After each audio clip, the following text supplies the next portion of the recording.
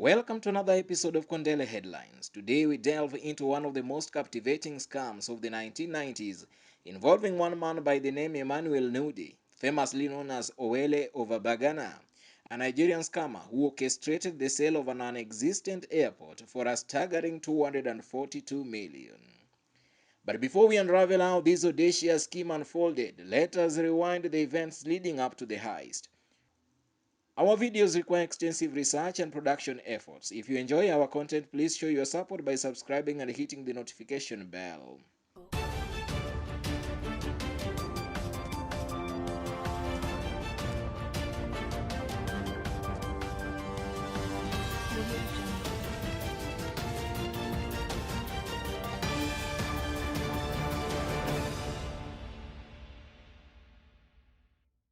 Under the leadership of the Nigerian military leader Ibrahim Babangida in the year 1990, Nigeria made a monumental decision to relocate its capital from the coastal city of Lagos to Abuja.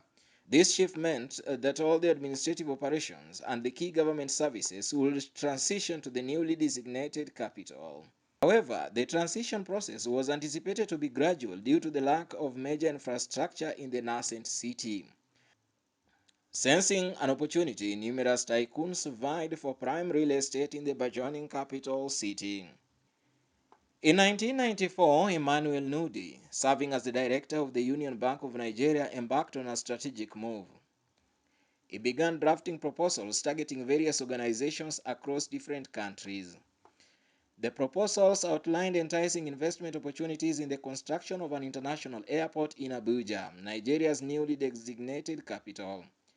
After dispatching these proposals worldwide, Nudi's efforts bore fruits in the year 1995 when he received response from Banco Noroeste Bank in Brazil. The bank expressed keen interest in the ambitious airport project. Armed with this promising correspondent, Nudi wasted no time. He reached out to Banco Noroeste Bank, seeking to establish contact with Nelson Sakaguchi, the bank's director at the time. In a calculated move, Mr. Nudi, impersonating the governor of Nigerian Bank, Paul Oguma, engaged in a lengthy conversation with Mr. Sakaguchi of Noroeste Bank in Brazil. The discussion centered around the proposed international airport project, and after promising a kickback of 10 million US dollars and pledging secrecy, Nudi managed to keep Sakaguchi interested. Subsequently, Mr. Nudi and his accomplices included Emmanuel Ofuloe, Zeribe Okoli, Obum Osakwe, Christian Okechukwu Anajemba, and his wife Amaka Anajemba, orchestrated a meeting with Sakaguchi in London. The battalion of scammers meticulously planned the encounter, arriving in London a day ahead of Sakaguchi. Upon Sakaguchi's arrival, he was treated to a chauffeur-driven limousine and accommodation at a luxurious five-star hotel. The scammers left no stone unturned in creating a favorable first impression, successfully winning over Sakaguchi. In the absence of internet verification tools in the early 1990s, Sakaguchi fell victim to elaborate scheme. Despite initial concerns, the promise of 10 million kickback convinced him to proceed. Over the course of nearly 3 years, Sakaguchi deposited a total of 242 million US dollars into various accounts worldwide, as per the agreement. The six scammers, now living lavishly, invested the funds in real estate and government treasury bonds in Nigeria. However, their illicit activities came to light when Santander Bank in Spain expressed interest in acquiring Noroeste Bank in the year 1997. During the financial review, discrepancies were uncovered, leading Sakaguchi to reveal the fraudulent scheme. The investigations conducted did not bear fruits, as Nigeria, at that time, did not have a solid laws that will prosecute criminal acts involving money fraud executed outside Nigeria. This time, when investigation established that the scammers were Nigerians, the military ruler then, General Sani Abacha, was in bad books with many foreign nations. This, in a way, protected Mr. Nudi and his friends. The sudden death of General Abacha on June 8, 1998, opened a new window for a new regime, which was also led by another military leader, General Abdulsalami Abubakar. He took over the leadership and announced that he will not stay in power, but hand over to a civilian leader in an election that was set to be conducted the following year, 1999. Among the leaders who presented themselves for election was a former military ruler, General Olusegun Obasanjo.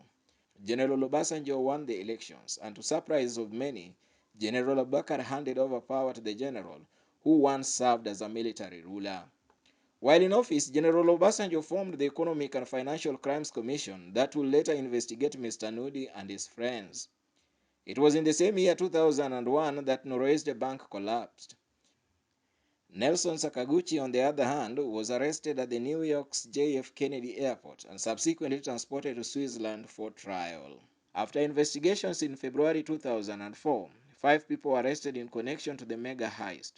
Amaka Anajemba, Emmanuel Nude, Emmanuel Ofuloy, Zeribe Okoli, and Obum Asakwe were all arrested and charged at the High Court in Nigeria with 86 counts of fraudulently seeking advance fees and 15 counts of bribery related to the case.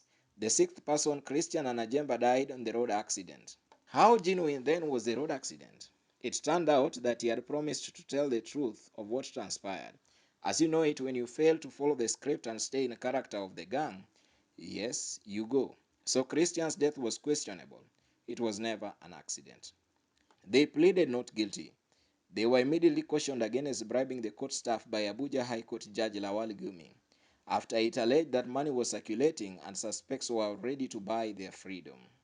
Judge Gumi, however, threw the case away in July the same year, citing that fraud did not take place in Nigeria and his court had no jurisdiction to hear and determine the case. The 5 were released. However, they were arrested immediately and taken to another court in Lagos. Emmanuel Nudi was given an option of repaying 120 million for a lighter sentence. He declined. There was a fake bomb scare in the courtroom during one of the hearing sessions. People ran away from the court. This was meant to create an atmosphere that would enable the suspects to bribe their way out. The case was later heard and determined after Nelson Sakaguchi testified against the suspects. After a long process, one of Nudi's accomplices confessed to the crime and received a prison sentence of 2.5 years, along with an order to repay 25.5 million.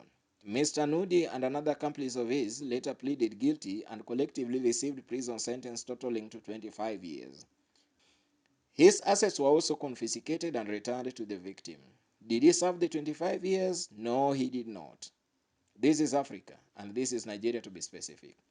Mr. Nudi walked out after a few months in prison. He did not serve even a half of the sentence. How he did that is a story for another day. If you enjoy this content, subscribe.